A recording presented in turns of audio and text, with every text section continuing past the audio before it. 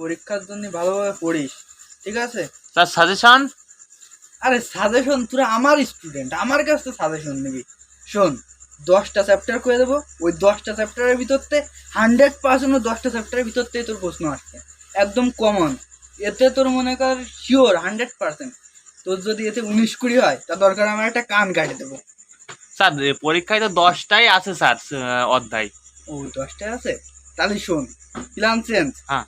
তাহলে মনে কর তোর একটা শর্ট ভাবে বুঝোই, প্রথম 3টে পড়বি, লাস্টের 3টে পড়বি, আর মাঝখানে আস্তে আস্তে এই পড়বি। স্যার আর এই ব্যতিরিক্ত আর কিছু পড়বি না। স্যার ক্যালকুলেশন করলে তো 10ই হচ্ছে স্যার। এই তোরা অঙ্কে মোটে পারিস নে, আবার ক্যালকুলেশন নিয়ে আসছিস, এত বেশি বুঝ দিতে হবে না। শোনো, তাহলে এসব প্ল্যান চেঞ্জ। তুই স্যার প্রথমে গুরুত্বপূর্ণ যে প্রশ্নগুলো যে আছে ওইগুলো একটু বলে দেন। বাপের আগে হাঁটো, বোঝো। প্রথম যে অধ্যায়, ওই অধ্যায়টা লেখো আগে, প্রথম অধ্যায় লিখে তার পাশে লিখবা সব, দন্ত সব সব। এবারে নিচে আর সব লেখার দরকার নেই, দ্বিতীয় অধ্যায় দিয়ে ডট ডট দিয়ে চলে আসবো। এভাবে তৃতীয়, চতুর্থ, পঞ্চম, ষষ্ঠ এবং 10 পর্যন্ত। এর ভিতর থেকে কমন আসবে।